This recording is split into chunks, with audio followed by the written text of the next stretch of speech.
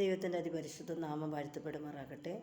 അല്പസമയം ചിന്തയ്ക്കായി എടുത്ത വേദഭാഗം സങ്കീർത്തനങ്ങൾ 61 അധ്യായം അതിൻ്റെ 2 വാക്യം.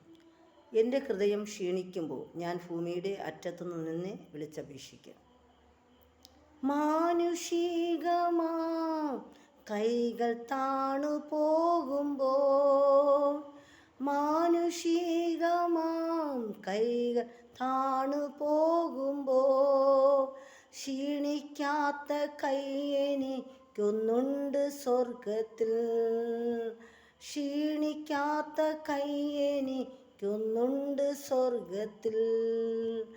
അന്ധകാരത്താ എല്ലാ കണ്ണും മങ്ങുമ്പോൾ, അന്ധകാരത്താ എല്ലാ കണ്ണും മങ്ങുമ്പോൾ, മങ്ങിടാത്ത കണ്ണെനിക്കൊന്നുണ്ട് സ്വർഗത്തിൽ, മങ്ങിടാത്ത കണ്ണെനിക്കൊന്നുണ്ട് സ്വർഗത്തിൽ.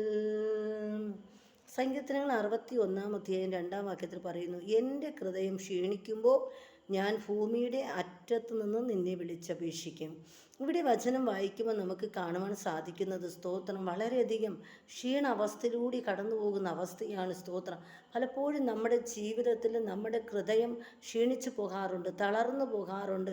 എന്ത് ചെയ്യണമെന്നറിയാതെ പലപ്പോഴും നമ്മൾ പല പ്രശ്നത്തിൽ അകപ്പെട്ടു പോകാറുണ്ട്. എന്നാൽ ഇവിടെ വചനത്തിലൂടെ പറയുന്നത്, എൻ്റെ ഹൃദയം ക്ഷീണിക്കുമ്പോൾ ഞാൻ ഭൂമിയുടെ അറ്റത്ത് നിന്ന് നിന്നെ വിളിച്ചപേക്ഷിക്കും. നാം ദൈവത്തോട് വിളിച്ചപേക്ഷിക്കുമ്പോൾ കർത്താവ് നമുക്ക് ഉത്തരം തരുന്ന ദൈവമാണ് സ്തോത്രം.